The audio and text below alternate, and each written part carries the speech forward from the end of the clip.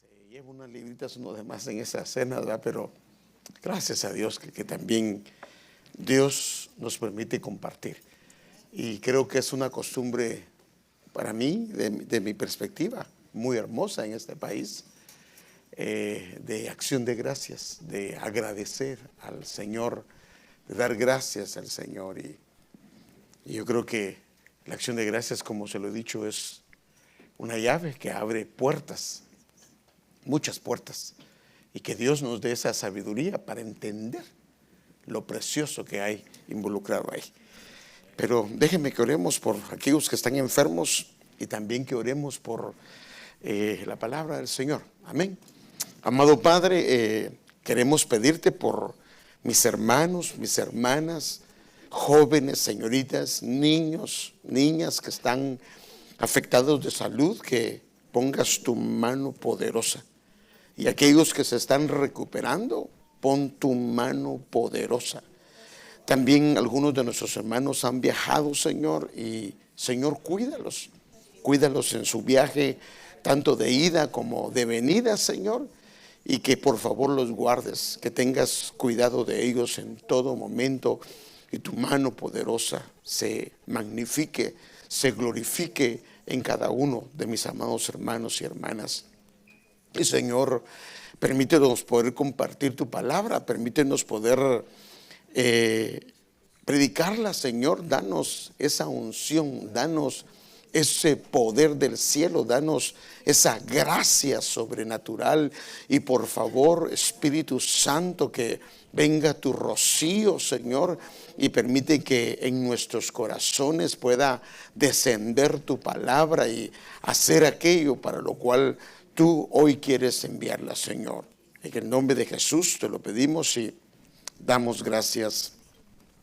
Amén. Fíjense, hermanos, que pensando, bueno, ya hace algunos días que tengo un pensamiento, y de hecho el tema que le iba a poner es muy distinto a lo que le estoy poniendo, pero trata de lo mismo. Pero cuando usted se pone a pensar la manera de obrar de Dios, hermanos, solo con la mente de Él se puede entender. Porque hay cosas que Dios hace que no tienen sentido para nosotros, que no tienen ni pies ni cabeza. Y ahí es donde entra, porque también pasa con los hijos. ¿Cuántas veces los hijos han estado en desacuerdo con nosotros? ¿No les parece inclusive las decisiones que tomamos? Y ellos saben que porque están en una edad que ellos no pueden tomar decisión, se someten a la misma, pero no están de acuerdo, porque no lo ven como nosotros lo vemos. Pero lo mismo nos pasa a nosotros como hijos. Nuestro padre tiene que tomar decisiones o hace cosas que es difícil entenderlas, es difícil comprenderlas, porque acuérdense que nosotros normalmente solo vemos, nuestra mirada es muy corta, que solo logramos ver nuestro presente y algunas cositas más adelante, pero Él no solo ve nuestro presente, sino Él ve nuestro futuro. Él ve el impacto sobre nuestras generaciones, Él ve lo que va a suceder con nuestros hijos, Él ve todo eso, Él ve nuestra eternidad, hermano, Él ve todo, prácticamente lo ve todo. Y obvio que yo tomo decisiones en base a lo que logro percibir. Pero si lograra ver, hermano, si lográramos ver 20 años después, yo le puedo asegurar que las decisiones serían muy distintas. Muy, muy distintas. Déjenme darle un ejemplo. Y no está mal, pero por ejemplo, haga de cuenta, en el 2005 alguna gente tenía su casa inclusive ya a punto de pagar y decidió comprar otra casa, o a veces hasta dos más, porque ya vi cómo estaba todo eso. Y de repente vino el declive del 2008. Y el problema es que no perdieron solamente las casas que habían comprado, sino aquella que ya estaban a punto de terminar o tenían muy poco tiempo. Pero no lo lograron ver, solo miraron el presente y no lograron ver más allá. Y si lo hubieran visto, muy probablemente no hubieran tomado esas decisiones. Es como nosotros, por ejemplo, si vamos a emprender un viaje y logramos ver lo que va a pasar en el viaje, en todo el recorrido, obvio que nuestras decisiones son muy distintas. Entonces el problema es que a veces interpretamos mal lo que Dios dice. Porque hay un problema, hermanos. Mire, hay un problema, y le digo, empezando con mi corazón, que nosotros interpretamos la voluntad de Dios de acuerdo a lo que yo quiero, de acuerdo a los deseos de mi corazón. Aunque sabemos que debemos de sujetarnos bajo su voluntad y debemos de rendirle nuestra voluntad al Señor, pero en la práctica nos cuesta hacerlo, porque hay deseos nuestros que están batallando contra la voluntad de Dios. Por ejemplo, la Biblia dice que es bueno que nosotros oremos en todo tiempo, pero a veces no tenemos deseos de orar y nuestra alma está cansada. O qué difícil es orar y dar gracias al Señor cuando las cosas no están caminando de acuerdo a lo que nosotros esperábamos. Inclusive hay veces que Dios obra todo lo contrario. Oh, y qué bueno que el hermano Alex ya está aquí con nosotros también. Qué alegría verlo. Entonces es difícil, muy difícil. Ahí es donde entra la confianza de sus hijos en el Dios Todopoderoso. Él sabe lo que hace. Y aunque lo sabemos aquí en nuestra mente, el problema es cuando Él decide. Hermanos, yo estoy claro de algo, yo sé que también usted, que no hay nada, absolutamente nada que pase si Dios no lo permite. Y si Dios lo permite, Él tiene una razón, Él tiene un porqué. Y claro, el porqué no lo entendemos ahorita, pero muchas veces le hemos tenido que pedir perdón al Señor porque nos dimos cuenta que aquello que alegamos, aquello que estuvimos en desacuerdo, aunque nos sometimos a su voluntad, podemos ver lo que era el plan de Dios. Entonces, el profeta Isaías, hablando de esto, de la obra del Señor, de la manera de hacerlo, fíjese, por ejemplo, cómo el Señor, la Biblia dice que si el mundo hubiera tenido sabiduría, no hubieran crucificado al Señor Jesucristo. Pero desde la perspectiva del enemigo hasta fue engañado porque Él contribuyó. Por eso es que quienes motivaban a la gente que estaba diciendo crucifícalo, sí fueron los sacerdotes los que instigaron al pueblo. Pero realmente detrás de eso había una entidad demoníaca, espíritus inmundos, motivando al pueblo porque Él no había hecho ningún mal. Pero algo pasó, les entró un celo, pensaron que Él era incorrecto, pensaron que se estaba atribuyendo un título que no le correspondía y comenzó todo el mundo a hacerlo. Y ya cuando Él murió en la cruz, dice que se bajaban pegándose al pecho, porque se dieron cuenta, muchos de ellos, pero se dieron cuenta allí en la cruz, no se dieron cuenta antes, porque si se hubieran dado cuenta antes, nunca lo hubieran crucificado. Mucha gente ahí en la cruz se le reveló, como pasó con el ladrón, que ahí se le reveló. Yo no creo que el ladrón no haya escuchado en esos 3 años y medio del Señor. Hermanos, él era algo fuera de serie. Su fama de él se escuchó no solo en Jerusalén, sino fuera de Jerusalén. Y prácticamente no había lugar, no había cárcel, no había lugar donde la fama del Señor no llegara. Y ese ladrón lo escuchó. Pero ellos no quisieron tener nada que ver con él. Hasta que en la cruz se le reveló. Ahora fíjese, ¿por qué en la cruz? ¿Por qué no fue en otro lugar? Así lo quiso el Señor. Y alguien podría decir, por ejemplo, imagínense, ¿por qué no hizo el Señor que ese ladrón que se arrepintió, que lo perdonaran la vida? Y ese se hubiera vuelto, imagínense el evangelista desde nuestra perspectiva, que se hubiera vuelto, que ya estaba, qué milagro hubiera sido que estaba en la cruz y ya no lo condenaron, algo pasó, no lo condenaron y ahora se volvió un evangelista tremendo. No, solo reconoció al Señor Jesús y se murió. o lo mataron porque le quebraron las piernas. O aquel hombre que el Señor lo liberó de demonios. Se recuerda que la Biblia dice así: legiones habían sobre él. Imagínense, qué tremendo siervo de Dios.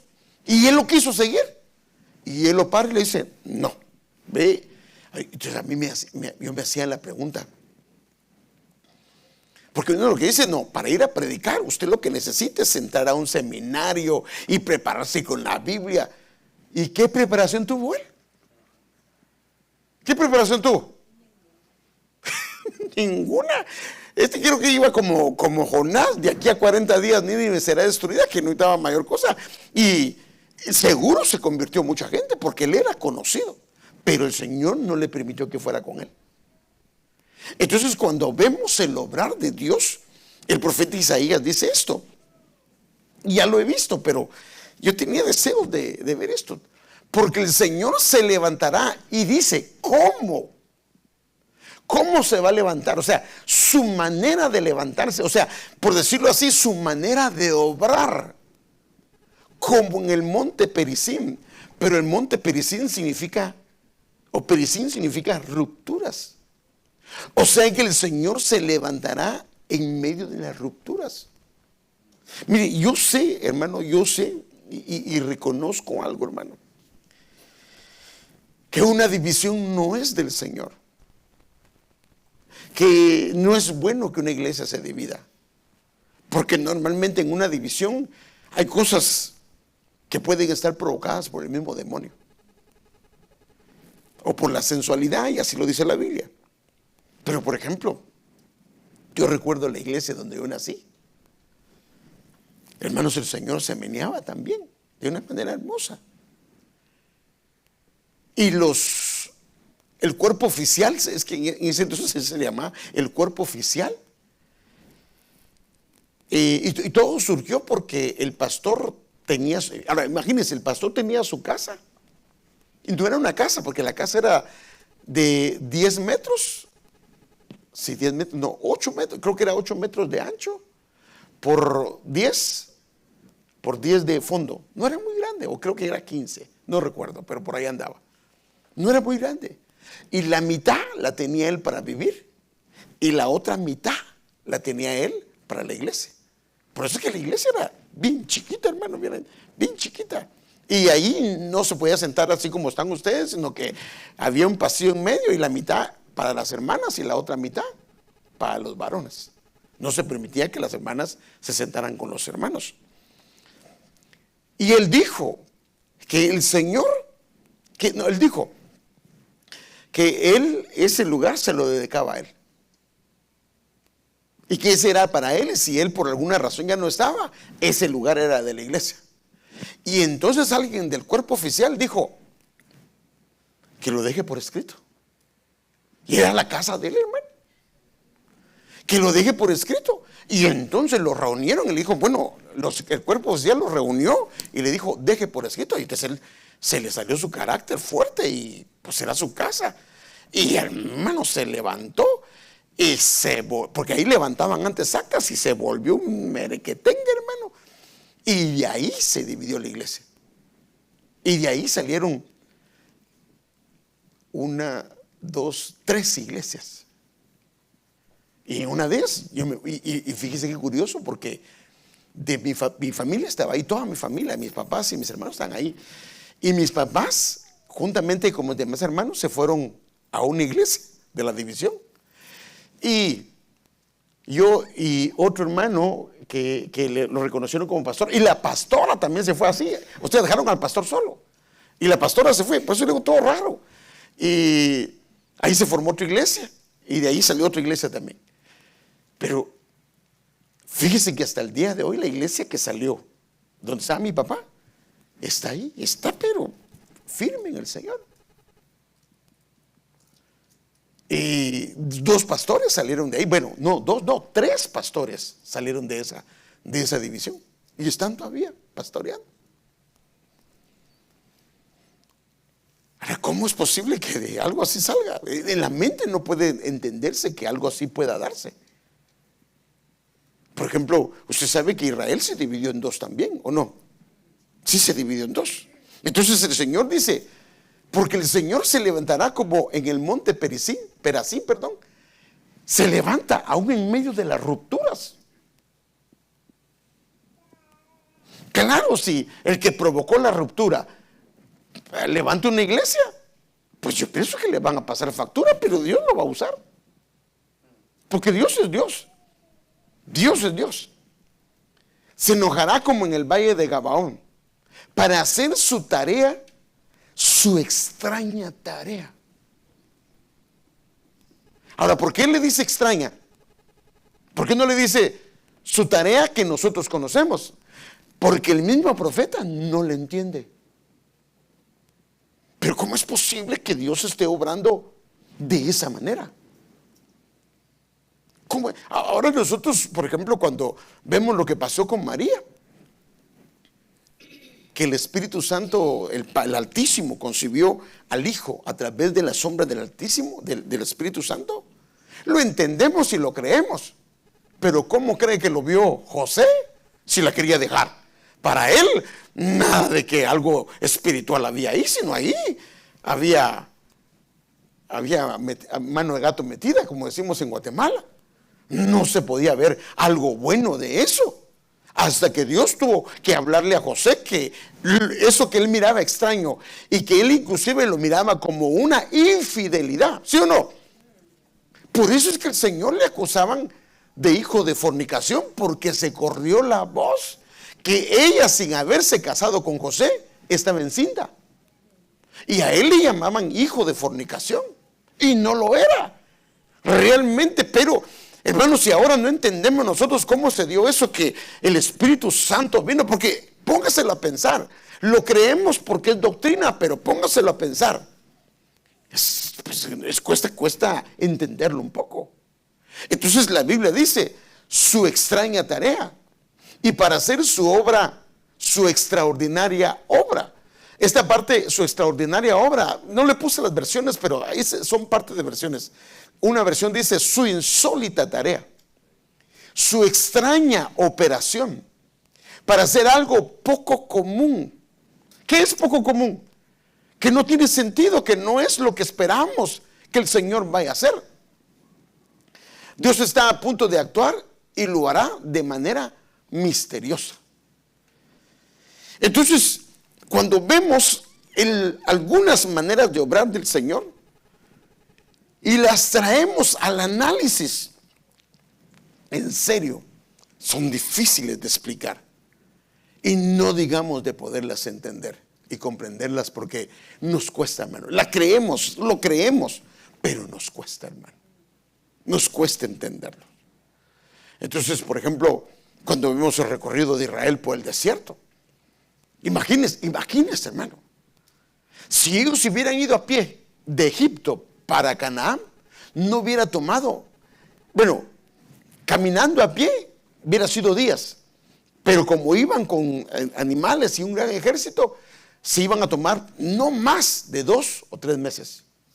Y el Señor los lleva por un camino que se van a encontrar con el tope, el mar Rojo.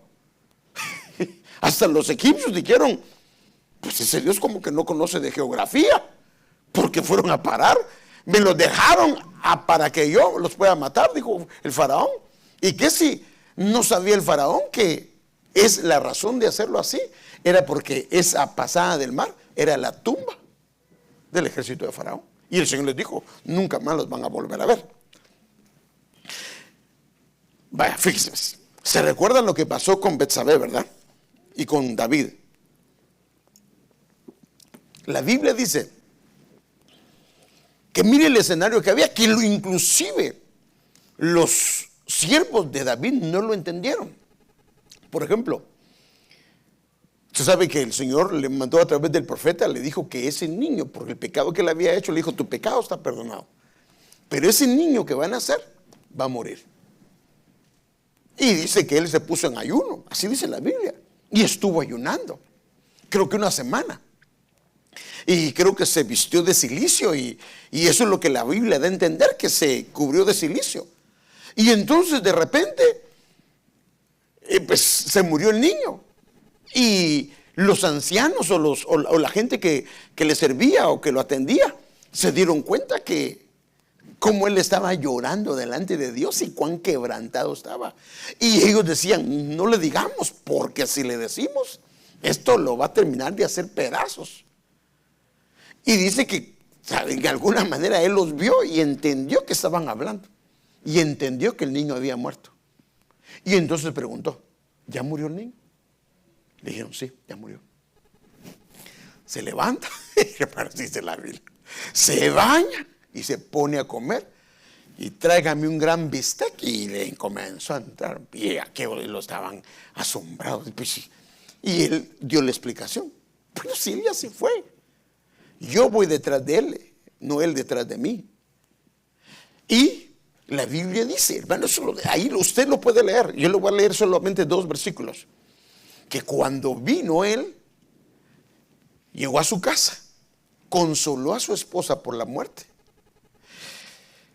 tuvo intimidad con ella y quedó embarazada. Y ahora viene un niño que se llama Jedidías, que es Salomón. Usted mire cómo lo dice. Y David consoló a Betsabé. Está en el mismo contexto ese que le estoy explicando. Consoló a Betsabé, su mujer, y vino a ella y se acostó con ella, y ella dio a luz un hijo. Y él le puso por nombre Salomón, y el Señor lo amó. Pero estoy hablando de que le acababa de matar un hijo. Y ahora se agrada con el hijo que tiene, con la misma mujer que lo había tenido el primero que él lo mató. Y envió un mensaje por medio del profeta Natán y le puso el nombre de Jedidías. Por eso los jóvenes se llaman así, por causa del Señor. Y el nombre Jedidías significa que él lo ama. Amados del Señor, amado por Jehová. Hermanos, cuando uno se pone a ver esas cosas, dice, pero es que no lo entiendo, porque lo que pasa es que nuestra mente es finita, es muy chiquita. No logramos entender. Hermano, por ejemplo, y de eso voy a verlo, pero no hoy. ¿Se recuerda lo que pasó con Noemí y sus parientes? ¿Sí se recuerda? Se fue, ¿a dónde se fue? ¿Se recuerda dónde se fue? A Moab. ¿Y cómo se llamaba la casa que dejó? ¿Ah? Belén, que significa casa de pan. Y se fue para allá. Y allá se le murió el esposo. Y se le murieron sus 2 hijas. Perdón, no sus hijas, sino sus 2 hijos. Ahora, hermano, ¿es un desastre eso o no es un desastre? Pero ¿por qué Dios? Yo le hago una pregunta. ¿Acaso a Ruth no le podía poner el Señor en su corazón? ¿No le podía poner el Señor en su corazón a Ruth para que no hubiera muerte? Que se fuera solita, porque mucha gente de Moab se iba a Israel. Que se fuera solita a Israel, que de alguna manera conociera al hijo de Noemí y que luego, pues tal vez ahí se muriera, pero solo el muchacho. Y que luego conociera a Booz o algo por el estilo. No, tuvieron que morir el esposo y sus 2 hijos para que Ruth viniera. No había otra manera. Y después de esa muerte, después de esa amargura, después de esa oscuridad, después de ese tormento espantoso, lo que vino fue un Booz, que es figura de Cristo, y Ruth, figura de la iglesia. Y vino un hombre, vino un hijo que se llama Obed, que significa siervo. Y después de Obed vino otro hombre que se llama, otro que descendía de él, que se llama Isaí, que es el padre de David. Y después vino David. Padre Santo, mire esa manera de obrar del Señor. Si te la pones a pensar, es difícil hasta que la puedes ver con la luz del Señor. Entonces fíjese, ¿ves? Déjeme, ahorita solo quiero hablarle de cosas que la verdad te las pones a pensar y cómo obra el Señor. Por eso dice, como se levantó en Perasín, en rupturas, su obra extraña. Entonces en el tiempo de David vino una terrible sequía por 3 años seguidos. Y esto me ponía a mí a qué pensar. Porque uno piensa que, por decirlo así, si hay que pagar alguna factura, es de mi tiempo de vida y lo que he hecho en mi responsabilidad. Pero ¿por qué tengo que pagar las facturas del anterior? Y aquí ya sí lo hizo Dios. Y David no era un hombre que no amaba al Señor. David amaba al Señor. En el tiempo de David vino una terrible sequía por 3 años seguidos, a causa de la anterior conducta sangrienta de Saúl contra los gabaonitas. Y la escritura nos deja ver cuál fue la manera en que el Señor arregló eso, que hizo justicia. Y la única manera, porque podría haber otras maneras, que vuelve a hacer llover, porque había sequía por 3 años. Y era difícil entenderlo. Preguntó David y no, hasta que David tuvo que buscar al Señor. Y fíjese, hermano, esto nos da una pauta, que hay problemas en que necesitamos buscar al Señor, porque no los vamos a lograr entender. O sea, por decirlo así, no hay manera de entenderlo con una mente humana hasta que vamos a Él y Él nos revela dónde está el asunto. Porque hay cosas que se disfrazan de luz, hay cosas que se disfrazan que están bien y no lo están. Hasta que vamos a Él. Y hermano, definitivamente no podemos eliminar algo, no podemos quitar algo si no lo logramos ver. ¿Cómo podemos sacar? Perdóneme, como cuando a veces ha pasado me recuerdo que creo que, no sé si en Los Ángeles nos pasó, pero no sé si nos pasó o en una casa, ya no recuerdo muy bien. Había un mal olor. Que se había una rata muerta, pero ¿dónde está? ¿Dónde está la rata? Que ese se murió en el techo o se murió debajo, porque en Los Ángeles hay unas casas que tienen el piso, y del piso tienen una parte que es donde ponen la plomería y todo ese tipo de cosas. Entonces hay que ver dónde está para poder quitar aquello. Entonces no podemos arreglar algo si no logramos ver. Y hay cosas que se necesita buscar al Señor, porque el Señor es el único que puede decir, ahí está el asunto. Sacamos eso. Por ejemplo, se saca la rata, que imagínense, está en el techo, donde la miramos. Porque tal vez podemos ir a registrar detrás de los muebles, adentro de la estufa, o porque se mete en el lugar. Pero ¿cómo vamos a ver de arriba del techo o debajo? Hasta que viene Dios y dice, está en tal punto. Y entonces ya se va y se arregló el problema. Mire otro problema. Por ejemplo, le prestan un hacha y se van con el profeta a cortar árboles cerca del río, y comienzan a cortar árboles. Y que si, como a las hachas son de metal, o la cabeza del hacha, y le ponen un mango. Y con el mango, y yo creo que cuando le dieron al árbol, se le fue la cabeza, o sea, el hacha en sí, y cayó en un río, y cayó en el río, pero era el río Jordán, que era turbio, no se miraba, y no se podía meter a alguien a nadar y sacarla. Y le dicen al profeta, y el profeta dijo, ¿dónde cayó? Pues, hermano, en un lugar oscuro, donde el agua está turbia.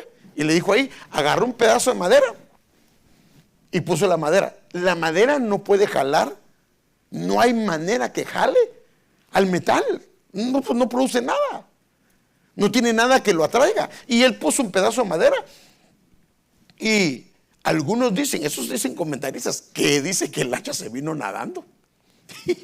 La encontraron y agarraron el hacha y arreglaron el problema, porque el hacha era prestada. Entonces aquí hay un contexto donde estaba pasando esto. Y mire, le voy a leer por lo menos unos 6 versículos. En los días de David hubo hambre por 3 años consecutivos, y David buscó la presencia del Señor, y el Señor le dijo la causa. Que el Señor nos ayude, hermano, porque hay problemas que buscamos la solución donde no debemos de buscarla, sino preguntarle a Él. Y a veces yo me hacía la pregunta, ¿no será que puede hacer algo porque yo cometí alguna injusticia? ¿No será que está pasando algo porque yo cometí algo, o hice algo, o provoqué algo, o fue mi papá, o fue mi mamá que pudo haber cometido, o alguien que de alguna manera tiene que ver con esto, porque Saúl era el anterior rey?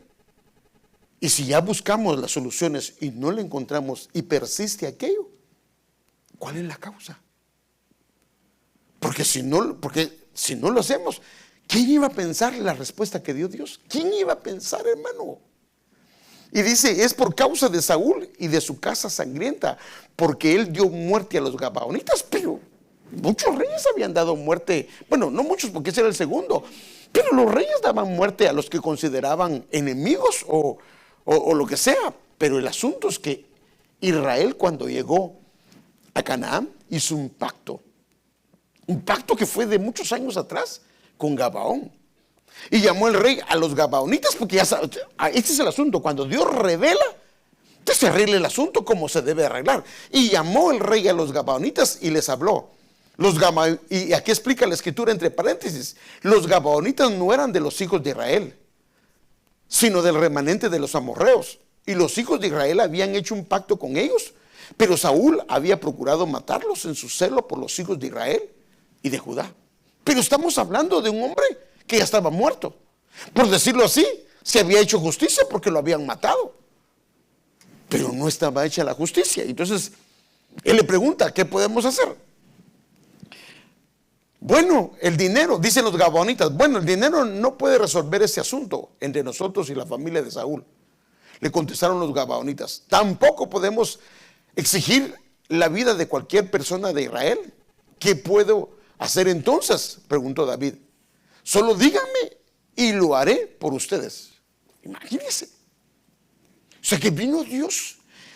Porque yo no sé si sabía la historia un poquito, pero déjenme contárselo.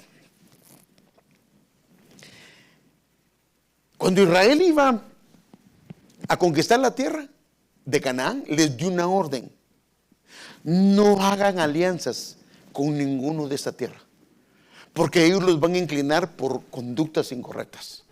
Tienen que matarlos. Hombres, ancianos, niños, mujeres, tienen que hacerlo. No había que hacer pacto con ellos. Y entonces vinieron ellos, Josué y los ancianos y la gente. De repente llegaron los gabaonitas, pero ellos hicieron trampa. Ahora fíjense pues, ellos agarraron pan, agarraron vestiduras viejas y pan que estaba mohoso y sandalias rotas. Y llegaron con Josué y les dijo: venimos desde muy lejos, oímos la fama del Señor y queremos hacer pacto con ustedes. Y no le preguntaron a Dios. Ahora fíjense otra vez, tomaron una decisión sin preguntarle al Señor. Y vino Josué y los que estaban con él hicieron pacto. Y a los días se enteran que eran sus vecinos. ¿Qué hacían, hermano? Ya habían hecho pacto y habían jurado que no les iban a dar muerte. Entonces, como ya habían jurado, Josué no permitió que los mataran. Ahora, por decirlo de esta manera, el pacto podría quebrarse, por decirlo de esta manera, porque no lo hicieron de buena fe. Habían mentido en lo que habían dicho, pero él no quiso hacerlo. Y entonces dice que se volvieron los aguadores, así le dice la Biblia, los que llevaban el agua para la casa, y todos los usaban a ellos para que fueran a traer leña, para que fueran a traer agua. Pero sabe que después del cautiverio aún siguen ellos como parte del templo. Qué tremendo, hermano. Y entonces a ellos que no eran de Israel, el Señor les dice eso. Ellos respondieron: fue Saúl quien planteó destruirnos para impedir que tengamos un lugar en el territorio de Israel. Así que entréguenos 7 hijos de Saúl. Ahora, note lo que dice: y los ejecutaremos delante del Señor en Gibea, en el monte del Señor. Muy bien, dijo el rey, y lo haré. Y entonces eso lo puse a leer en casa. Y les entregó en manos de los gabaonitas, que los ahorcaron en el monte delante del Señor. Los ahorcaron delante del Señor. De modo que los 7 cayeron a la vez, les dieron muerte en los primeros días de la cosecha, al comienzo de la cosecha de la cebada. Y la familiar de ellos, y Rispa, hija de Aja, tomó tela de silicio y la tendió para sí sobre la roca, desde el comienzo de la cosecha hasta que llovió del cielo sobre ellos, y no permitió que las aves del cielo se posaran sobre ellos de día, ni las fieras del campo de noche. Padre Santo. Y la Biblia dice que cuando David hizo esto, comenzó a llover. ¿Cómo entendemos eso, hermano? No podía solamente pedirle perdón ellos no, había que hacer justicia. Y solamente así vino la lluvia. 3 años consecutivos. Fíjese otro. David fue en muchas facetas de su vida. Y a él le llaman como una figura mesiánica. Mesiánica, ¿sí qué significa? Que estaba dirigiéndose a la figura del Señor Jesucristo o al Señor Jesucristo. Por ejemplo, cuando el padre sacrifica a su hijo Isaac sobre el monte Moria, era una figura de lo que el padre iba a hacer con su hijo, porque Abel murió en un monte. Entonces, David, en muchas de su vida personal, cuando comienza por ejemplo, él empezó a los 30 años su ministerio. Tremendo, hermano. Y así hay muchas cosas, pero él es una figura que describe eventos o acontecimientos que iban a suceder en la vida del Señor Jesús. Es más, los salmos son muy usados. La mayoría de los salmos son hechos por David. Los salmos son muy usados para confirmar la vida terrenal del Señor. Bien dijo él, y así dice la Biblia, bien dijo Jesús, o bien dice la Escritura que esto y esto y esto y esto iba a pasar. Entonces, hay un pasaje que es impresionante y por eso le digo, el tema que le iba a poner es diferente, pero hay un pasaje que tiene su realidad primaria, o por decirlo así, la parte primaria que estaba apuntando a Cristo. Es en David, y David dice esto: Dios mío, ¿por qué me has abandonado? Ahora yo le hago la pregunta, ¿cómo le llamaban a David? El dulce cantor de Israel. ¿Qué dice la Biblia? Yo restauraré el tabernáculo caído de David. ¿Qué dice la Biblia? Que David era un hombre, hermanos amados, que él lo amaba conforme a su corazón. Pero entonces la pregunta es ¿por qué él se siente así? ¿Por qué él se siente así? Ahora, para que él diga esto es porque de verdad sentía así. ¿Por qué me has abandonado? Ahora, ¿será que dejó de contestarle? Tal vez cayó. Tal vez comenzaron a hacer cosas hacia él o hacia su vida o hacia su casa que le estaban haciendo pedazos y pareciera que Dios no hacía nada. Al contrario, prosperaban sus enemigos y él no. Y él dice, y entonces aquí da un poquito de lo que él se sentía. ¿Por qué están tan lejos de mi salvación y de las palabras de mi clamor? O sea, ¿cómo sentía el Señor? ¿Lo sentía cerquita? No, lo sentía muy lejos. ¿Sentían que contestaban sus oraciones? No, sentían que sus oraciones no eran contestadas. Claro, si David hubiera visto todo lo que iba a hacer él y la figura que iba a hacer él, yo creo que lo hubiera visto de una manera diferente. Por eso le digo, el problema es que nosotros no logramos ver hacia adelante. Y como no logramos ver hacia adelante, por eso es que el diablo de ahí nos quiere agarrar y quiere atribuirle a Dios. Fíjese qué tremendo. Mi condición, explicándome el enemigo que es por culpa de Dios que yo estoy así. Y no. Y obvio que sí, hermanos. Miren, si por ejemplo viene ella, es mi esposa, pero solo le estoy poniendo un ejemplo. Haga de cuenta que ella vino y yo le hice tropezar y se quebró su bracito. Reprendemos eso en el nombre de Jesús, pero solo estoy poniendo un ejemplo. Y su brazo le duele mucho, y le duele mucho, y le duele mucho, y le duele mucho. De alguna manera ella me hace responsable a mí del dolor que siente. ¿Sí o no? No lo puede evitar, especialmente cuando toma pastillas y esto no se arregla. Entonces, si el enemigo me hace sentir a mí que él tiene el poder de cambiar todo, porque ¿Puede cambiar todo Dios de un momento a otro? Sí. ¿Y por qué no lo cambia? Pero si Él puede cambiar esta situación, entonces el enemigo me hace ver que Él no es un buen padre, que Él no es un buen Dios. Y entonces en mí pueden entrar actitudes que pueden deshonrarlo.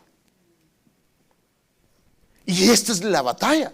Ahora el asunto es que no importa qué nivel en el Señor tengamos, tarde o temprano pasamos por estas cosas. Por eso la Biblia dice que nos pongamos la armadura del Señor, para que cuando venga el día malo, al final estemos en pie, al final estemos parados. ¿Por qué? Porque si no hay armadura, lo que da a entender es que podemos caer, es que podemos claudicar. Y claro, si claudicamos, el Señor nos va a levantar, porque Él es Dios y porque Él nos ama y nos va a levantar. 7 veces cae el justo, 7 lo levantará, pero cada caída es muy dura.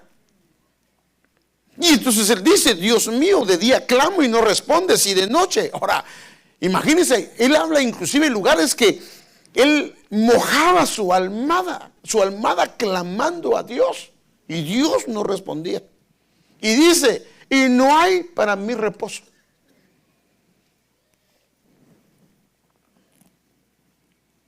Entonces, yo sé que el tema que va a haber pareciera que es para el domingo, pero mire, hermano, el Señor me ha puesto en mi corazón que comparte esto. Dios mío, ¿por qué me has desamparado? Y aquí vienen otras preguntas, ¿verdad? Porque ¿qué dice la Biblia? Yo no te dejaré, yo no te abandonaré, estaré todos los días contigo. Y así es. Pero entonces, ¿por qué nos sentimos abandonados? Y nos sentimos abandonados porque no vemos que la mano de Dios obre, no vemos que el Señor intervenga en un asunto. Hermanos, ¿por qué tenemos que sufrir una enfermedad por muchos años? Y mire, hermano, y eso es tremendo. Y por eso es que es tremendo ir a una campaña de milagros. Porque imagínense, voy a una campaña de milagros y yo tengo un problema en mi cuerpo y veo que a la hermana la sanó el Señor, o al hermano le sanó lo mismo que ella tiene.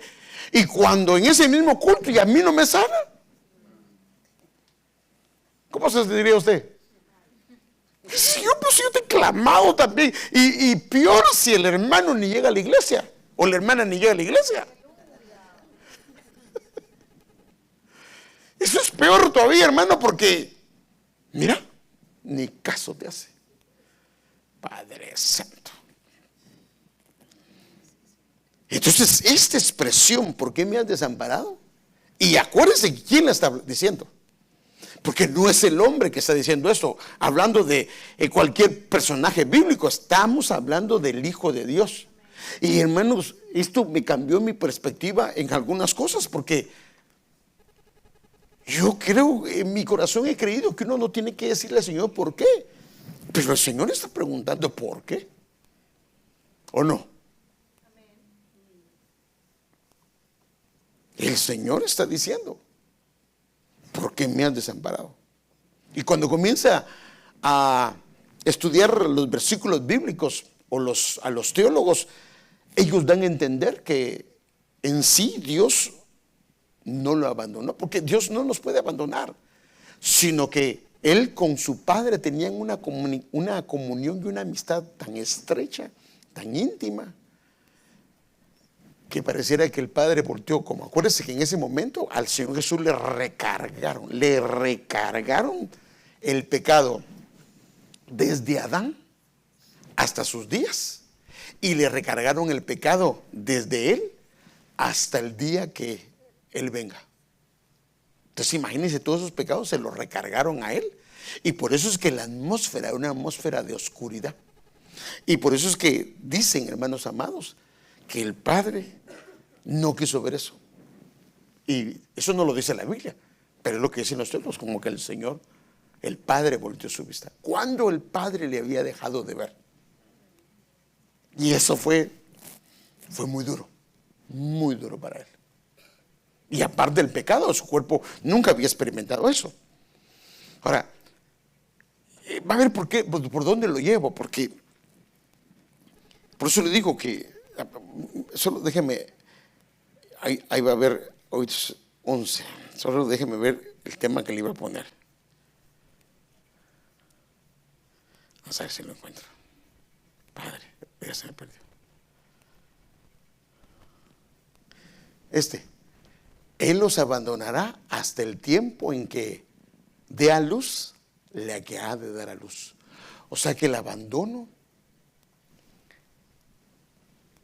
es el preludio para dar a luz.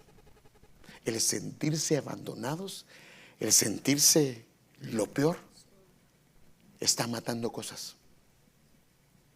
Hermano, está matando la carne, está matando. De hecho, el pecado está muriendo en la carne del Señor Jesús. Y entonces, cuando esto lo estaba viendo, hermano, porque hoy va a ver que he estado leyendo Miqueas, perdón, y esto me impresionó, hermano. Entonces, este es el versículo.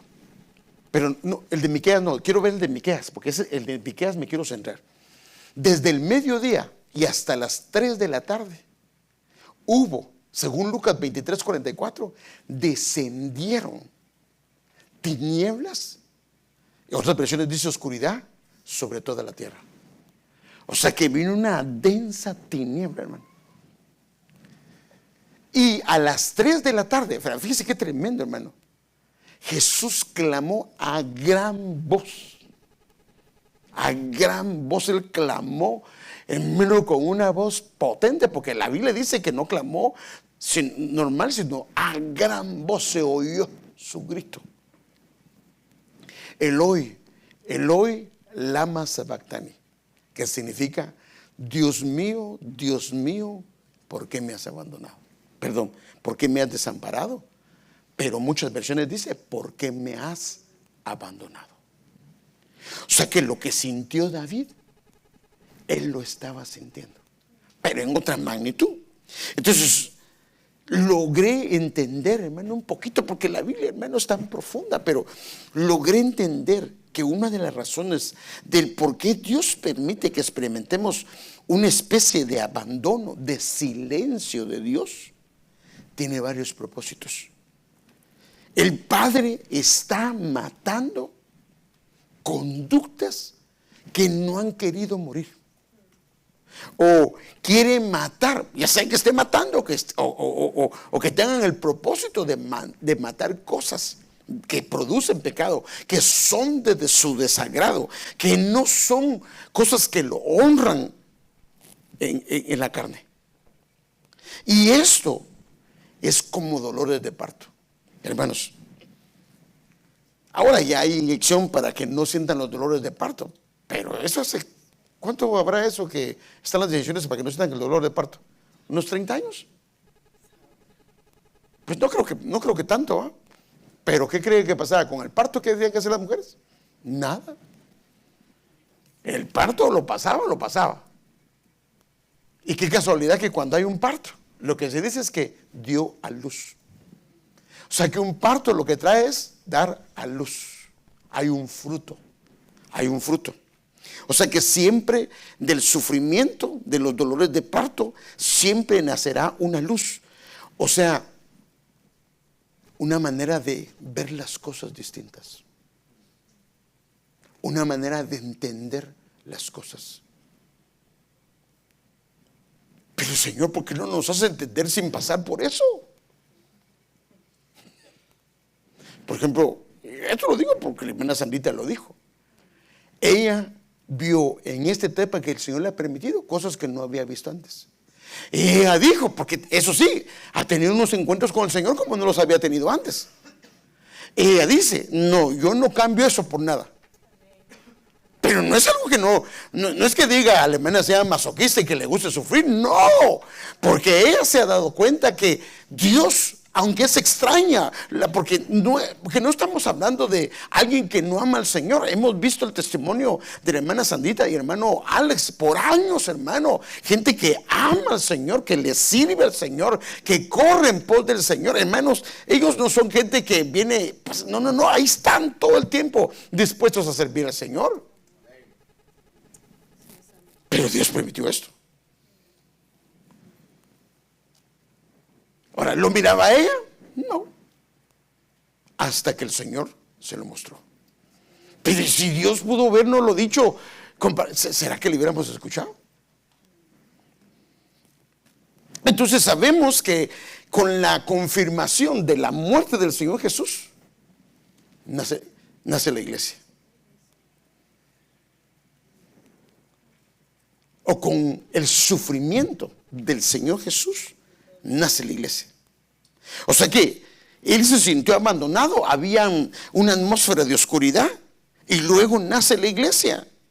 O sea que las angustias que él sufrió, mire hermano, lo que vamos es al preludio. ¿Cómo es que hubieron angustias en el caso de él? Y hubo tormento, fue algo espantoso y doloroso, pero fueron dolores, hermano, que no se pueden solucionar con una pastilla, no se pueden solucionar con algo, sino que Dios le dejó que él sufriera eso, hermano, que él lo sufriera.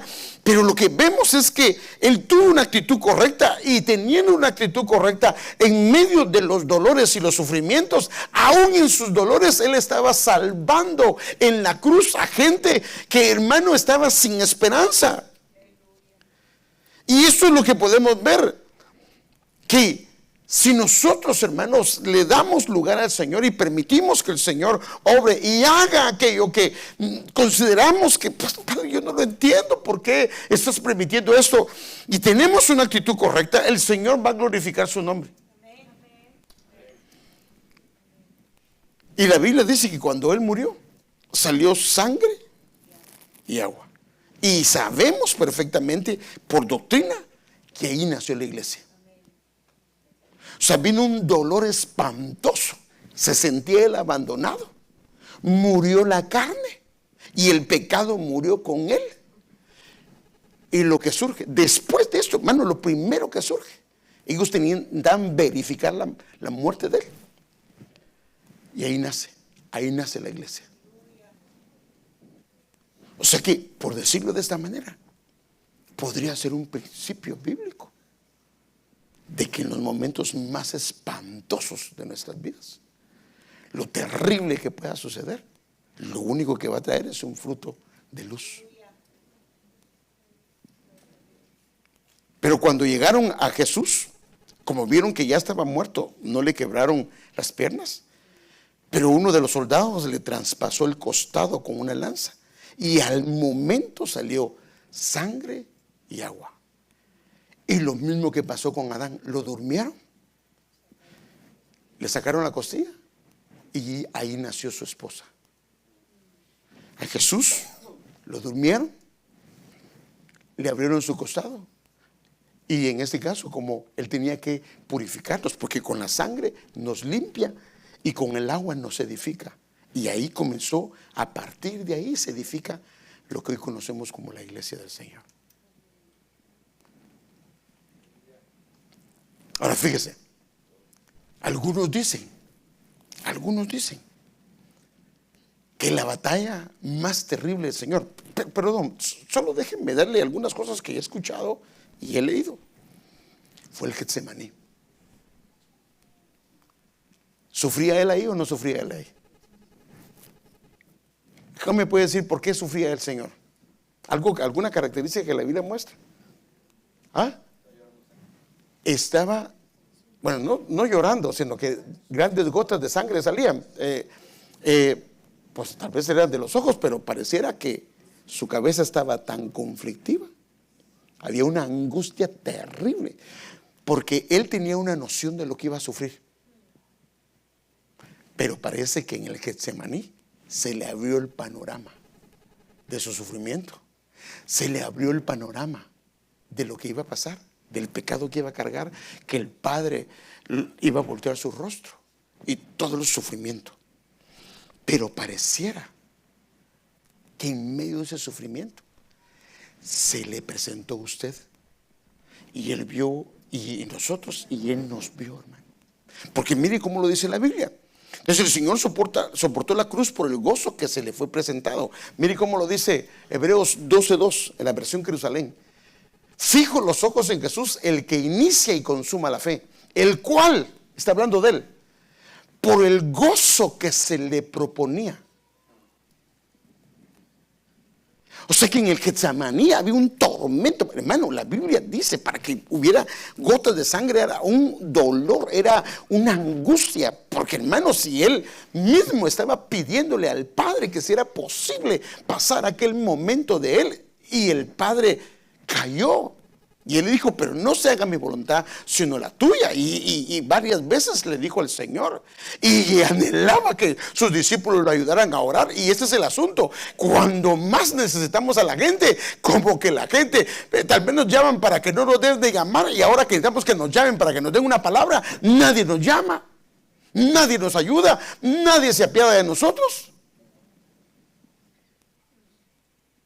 Como que, porque hermano, estoy hablando del Señor Jesús, no solamente aquel que le dijo, no, yo no te abandonaré. ¿Y qué pasó? Vinieron unas potestades, lo dejaron solo, hermano. O sea que hay pruebas que nos tienen que dejar solos. El problema es que uno se amarga con los demás, ¿eh? Sí, que ahora es cuando más necesitaba a la hermana tal, al hermano. Sí, pero cuando Dios dice, tienes que quedarte solo. Tienes que experimentar eso. Entonces dice que él por el gozo que se le proponía. Por eso es que, ¿cómo podemos soportar? Por eso creo que el Señor me puso a compartirle esto. Porque yo creo que, ¿cómo podemos soportar esa prueba? Si logramos ver que el Señor algo va a hacer de ahí. No lo puedo ver, no lo logro visualizar. Porque no lo puedo, porque si no se lo lograra ver, pero a él, ni el mismo Señor, hermano, estando en esa agonía, él no lo miraba. Porque aquí lo que dice, por el gozo que se le proponía. O sea, que se le proponía significa que alguien se lo presentó, ¿o no? ¿O no se entiende eso? Es como cuando uno va y dice, alguien le está presentando una casa.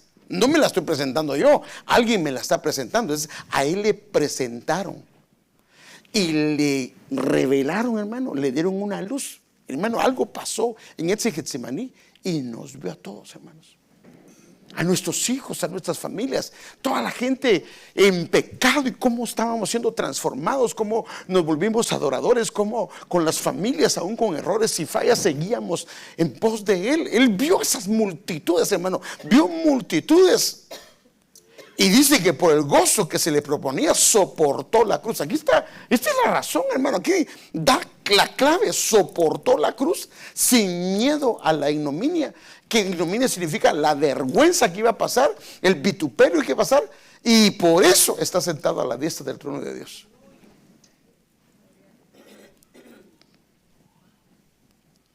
Por ejemplo, el Señor le había prometido una descendencia.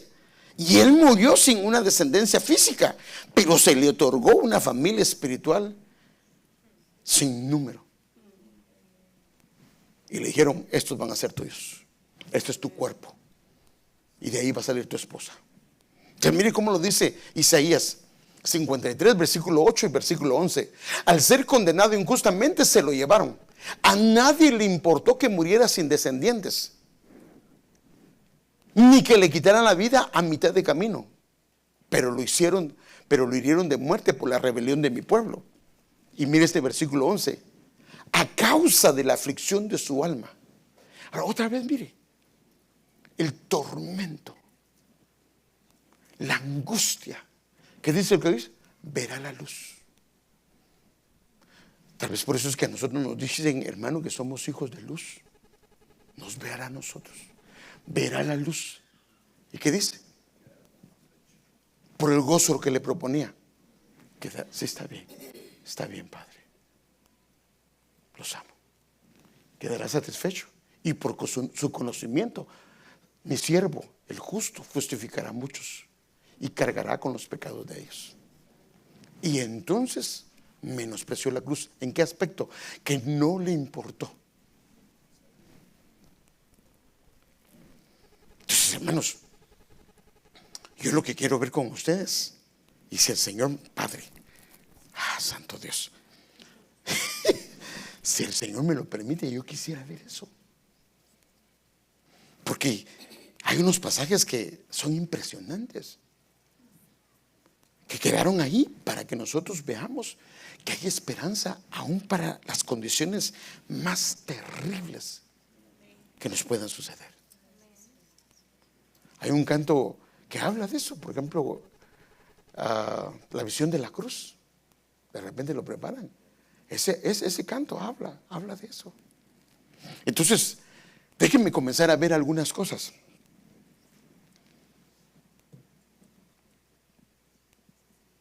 Y es curioso porque, por ejemplo, cuando vemos el periodo le llaman el periodo intertestamentario.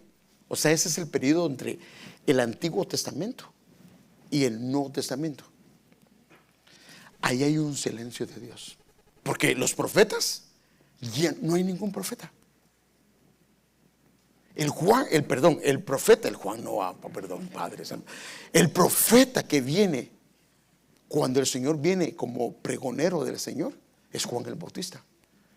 Pero habían pasado 400 años.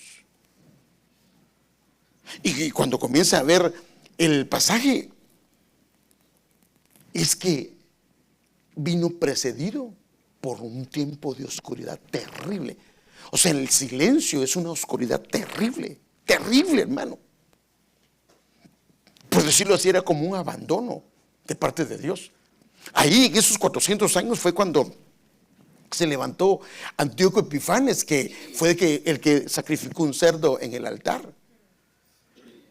Comenzaron a obligar a los sacerdotes y al pueblo a sacrificar cerdos, lo cual era algo terrible para ellos.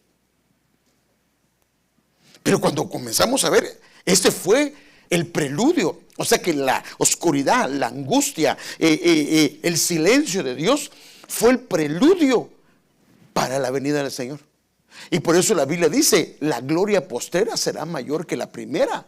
Y cuando comienzas a ver, hermanos amados, la venida del libertador en Egipto, ¿cuál era el preludio? ¿Cuál era la condición? ¿Cuál era el contexto emocional y el sufrimiento de su pueblo? ¿Acaso no era terrible?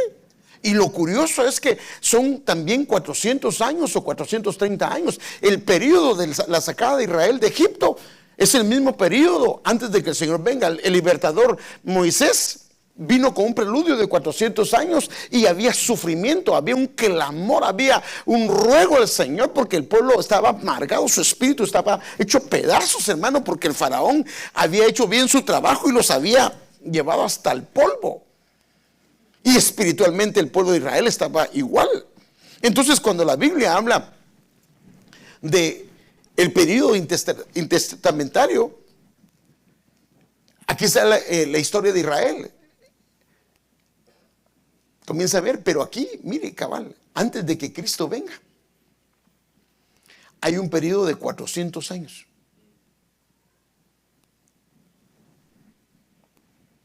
Y el 4 es un equilibrio, el 4 es una puerta. Y qué casualidad que cuando el Señor vino a un lugar donde estaba inmerso en oscuridad. Por ejemplo, cuando comenzamos a ver un mapa de Israel, Israel tenía dos partes. Tenía la parte que era Judá, acá, y tenía la parte que le llamaban Galilea. Aquí está Nazaret, pero Nazaret estaba en medio de un lugar que los judíos consideraban malo. Por eso le dicen, cuando le van a decir a aquel apóstol, viene el Mesías, viene de Nazaret, y podrá salir algo bueno, como que dice, ese lugar no tiene nada bueno. Porque este lugar, mire, pues aquí de este lado estaba Samaria. ¿Cómo miraban? Ni siquiera podían compartir el mismo vaso. Y este lugar estaba gentilizado. Y el ministerio del Señor, ¿sabe dónde fue? Los 3 años y medio, su ministerio fue aquí. Él viajaba para acá, pero más su ministerio fue acá. Y cuando comenzamos a ver la Biblia, mire lo que dice la Biblia con respecto a esto. Y alzaron la vista y contemplarán al país, y de ahí tribulación y tiniebla, angustia y oscuridad sin salida. Mire el contexto de donde vino el Señor. Y serán sumidos en la tiniebla. O sea que es un tiempo terrible, hermano. Pero no habrá siempre oscuridad para la que está ahora en angustia o la que está en parto. O sea que no se trillará el trigo para siempre, lo que quiere decir el Señor. Así como en tiempos pasados hizo que fuera despreciada, en los venideros la hará gloriosa. Tierra de Zabulón y tierra de Neftalí, camino del mar más allá del Jordán, Galilea de los gentiles. O sea, esto es lo que, mire, o sea que a esto le llamaban Galilea. ¿De qué le llamaban? Ahora, ¿por qué le llamaban de los gentiles?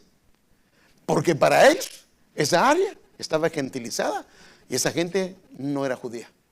Y ahí nace el Señor. El pueblo asentado en tiniebla. ¿Qué dice que vio?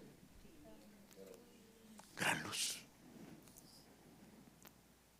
O sea que cuando hay tormento, hay angustia, hay aflicción, hay tribulación, lo que viene es una gran luz. Solo está anunciando una gran luz. Y hermanos, ellos tuvieron el privilegio porque en Judea, que era la capital o que era el centro, él sí iba ahí, pero él no se movía ahí. Él se movió en este lugar, en Galilea de los gentiles. El pueblo asentado en tinieblas vio gran luz. A los que moraban en región y sombra de muerte les resplandeció gran luz.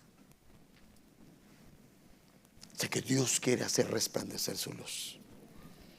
Y si hay tormento, si hay angustia, si hay aflicción, Dios quiere hacer eso. Y esa luz va a traer vida. Ahora fíjese qué tremendo. Y quiero terminar con esto. En el principio el Espíritu Santo empollaba en tiempo de oscuridad y caos. Y como el Espíritu Santo estaba sobre ese caos, cuando el Señor está sobre mi caos, sobre mi tormenta, sobre mi tribulación, sobre mi angustia, claro, esa angustia, esa tribulación está matando o va a matar cosas que solo lo puede hacer eso.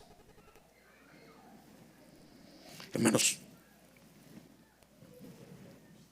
discúlpeme lo que le voy a decir, pero en todos nosotros hay orgullo.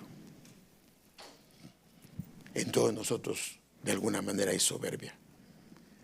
En todos nosotros hay cosas que a Él no le agradan. Eso no significa que no sea un buen padre.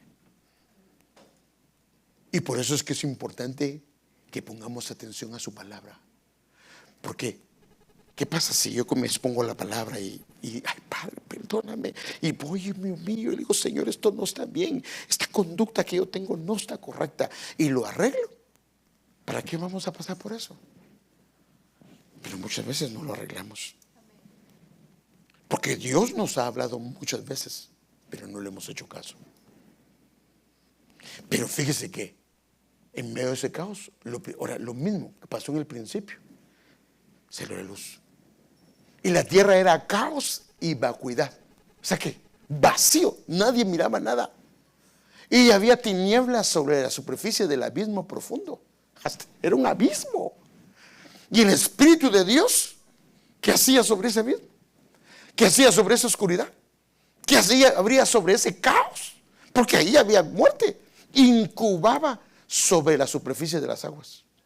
La versión Martín Nieto dice, el Espíritu de Dios aleteaba sobre. La BM2 dice, y el Espíritu de Dios cobijaba la haz de las aguas. Y cuando va a la palabra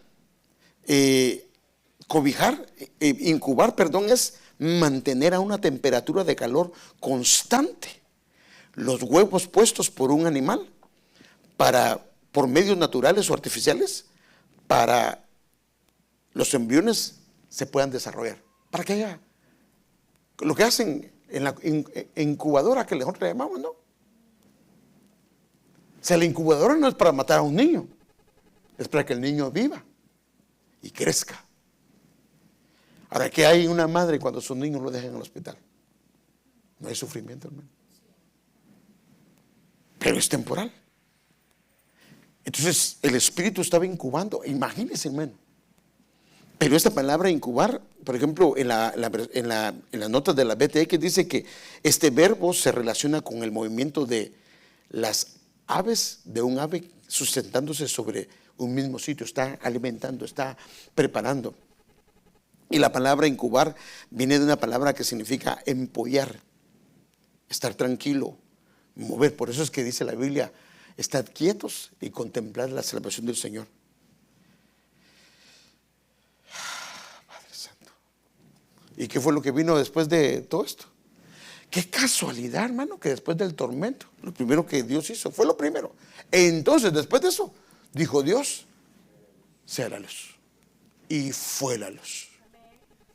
O sea que después de la oscuridad, después del tormento, después de la angustia, lo que dejó Dios como un principio, porque esto es lo primero que sucede, es que va a haber luz. Todo aquello en mi alma, en mi carne, que no me deja ver su luz, que no me deja seguirlo, que sí lo sigo pero lo ofende, lo deshonra, que le desagrada, ahí lo va a matar. ¿Qué es mejor? Nos dijo el Señor: entrar sin un ojo, o entrar sin una pierna, o entrar sin un pie, o perdón, sin una mano, que entrar enterito y irse al lago de fuego. Entonces a veces el padre tiene que decir: tengo que hacer esto, porque te he hablado, te he dicho, pero no quieres hacerlo. Porque yo he entendido algo, hermanos. Si nos humillamos y quebrantamos nuestro corazón, el Señor nos puede guardar. Él viene pronto. Y Él no quiere que nos... ¿Usted cree que el Padre quiere que bajemos a la gran tribulación? Hermanos, eso va a ser cual nunca ha habido. Él no quiere nada de eso para nosotros. Él se recuerda de nuestro servicio. Él se recuerda de que lo amamos. Él se recuerda que le hemos servido. Él no nos quiere ahí. Y para eso tiene que venir todo eso. Entonces, el abandono solamente es para matar lo que Dios quiere matar. Esos silencios, porque hermanos, yo no sé, hermano, usted, pero desde mi perspectiva y como lo he percibido yo, es que lo más terrible son los silencios de Dios. Cuando Dios no dice nada. Dios no le está suplicando, le está rogando. Y pareciera que la gente gana, que el enemigo hace y deshace con nosotros, que hace pedazos nuestra casa, y como que Dios ni en cuenta. Pero no, hermanos. Entonces, quiero ver el pasaje de Miqueas, pero yo quisiera pedirle a usted que le pidamos al Señor que nos ayude. Examinemos nuestros caminos. ¿Y qué dice? Volvamos al Señor. Hay cosas que no están bien, hay cosas que no están correctas, hay cosas que necesitamos arreglar, que el Señor nos ha estado hablando. Nos ha estado hablando que arreglemos nuestras vidas, que quitemos esto, que quitemos aquello, que esto no le agrada. Arreglémoslo. Porque que lo quita, lo quita. ¿O no? Lo quita, lo quita. Pero es mejor que lo quite con anestesia, hermanos. Y que lo quite en su presencia. Y no así. Porque eso sí es terrible. Pero si lo quita así, lo que podemos ver del contexto bíblico es que aún en medio de esa oscuridad, aún en medio de esa muerte, aún en medio de esa angustia, aún en medio de dolores de parto, viene una luz. La mujer de Apocalipsis 12 estaba con dolores de parto. ¿Y qué vino? ¿Y qué vino, hermano? Vino ese remanente que se va al cielo. Hay una cantidad de figuras que cuando vemos los dolores de parto, porque en los dolores de parto sí está el esposo ahí con ella, ¿verdad? Y le agarra la mano. Pero le puede quitar los dolores con eso. Ya le muerde la mano, pero no puede hacer nada porque no le puede quitar los dolores. No hay manera que el esposo le ayude. Le quiere ayudarle, pero no puede. Pero ¿qué dice la Biblia? Después que da a luz, ¿qué pasa con los dolores? Sigue, ay, los dolores. ¿Qué dice? ¿Qué dice la Biblia? Se le olvidan los dolores cuando ve la luz que vino, cuando ve esa criatura hermosa. Y eso es lo que el Señor quiere hacer con nosotros. Y si hay sufrimiento, y si hay angustia, y si hay amargura, y si hay una situación, una condición que no entendemos, que podamos depositarnos en los brazos del Señor y le digamos: ayúdame, Señor. Yo no quiero terminar esa etapa de mi vida mal, quiero terminarla honrándote. Y sé, hermanos, y todos nosotros, hermanos, no somos los únicos. ¿Qué decía Elías, el tremendo siervo de Dios? Me quiero morir. Y así hay una cantidad de siervos de Dios. Padre, ayúdanos, Señor. Señor, la verdad es que muchas veces nos hemos sentido de esa manera. Nuestra mente no lo entiende, nuestro corazón no lo comprende. Pero sabemos que tú siempre estás trabajando. No entendemos a veces tu obrar, pero sabemos que eres un Padre bueno. Y aunque no lo entendemos, no lo comprendemos, Señor, por favor, ten misericordia.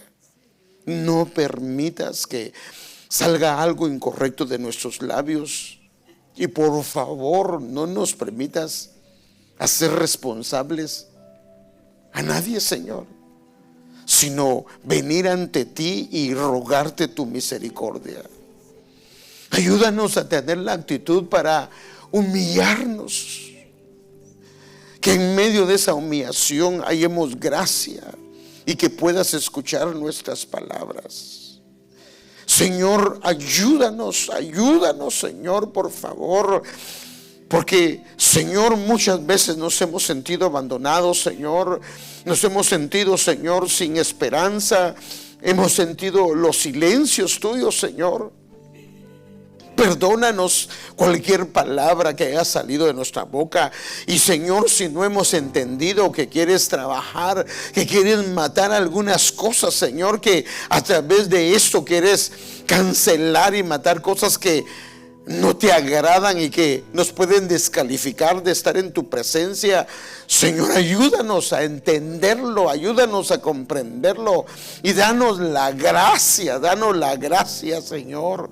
Por favor, danos la gracia, Señor, para entenderlo, Señor. Y si tu palabra dice, Señor, que siempre nace una luz, siempre hay un fruto del sufrimiento, del dolor, Señor, de todo aquello que de alguna manera permites en nuestras vidas.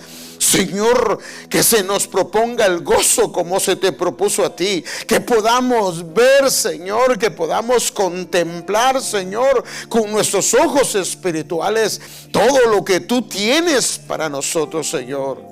Por favor, Señor, por favor, Señor, en el nombre de Jesús.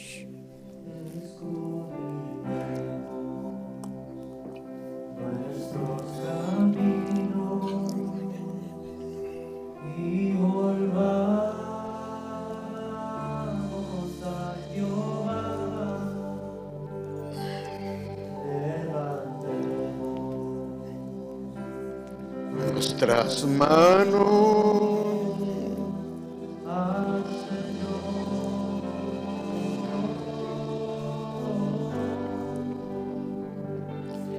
levantemos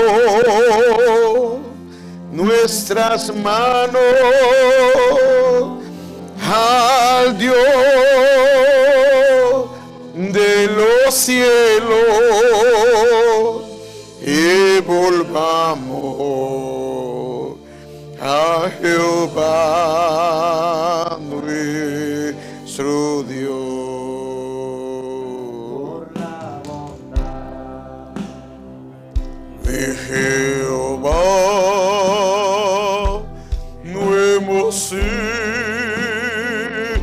sido consumido, porque nunca decayó su bondad.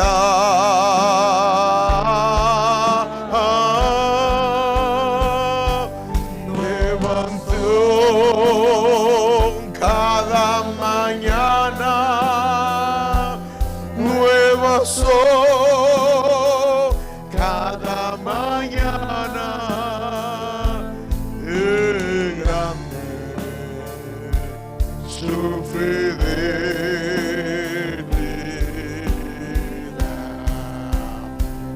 Y nuevas son cada mañana, nuevas son cada mañana, qué grande su fidelidad.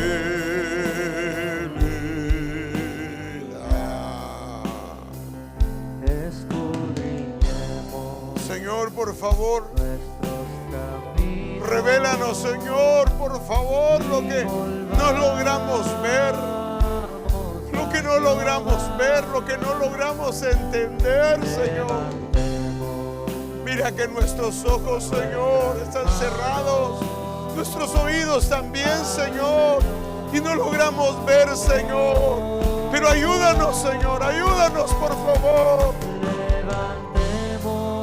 Ten misericordia. Somos tu tierra, somos tu pueblo, somos tu congregación, Señor. Aún en medio de nuestras flaquezas te amamos, amamos tu nombre, Señor. Amamos tu nombre. Son tus misericordias son grandes.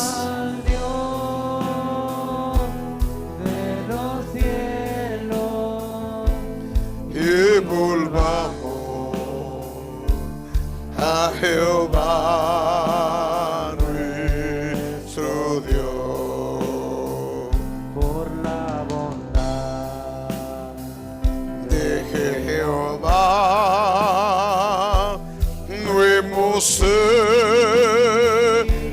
consumidos, porque nunca decayó su bondad.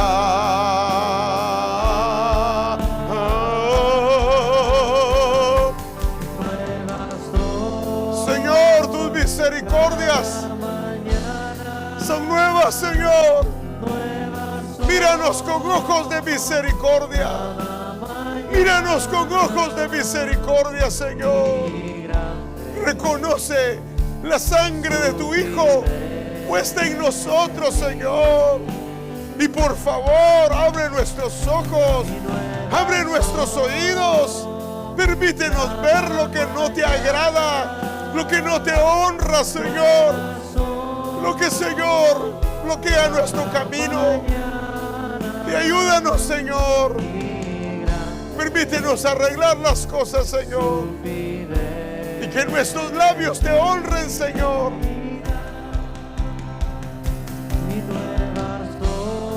Nuevas son, Señor. Nuevas son cada mañana. Y grande su fidelidad.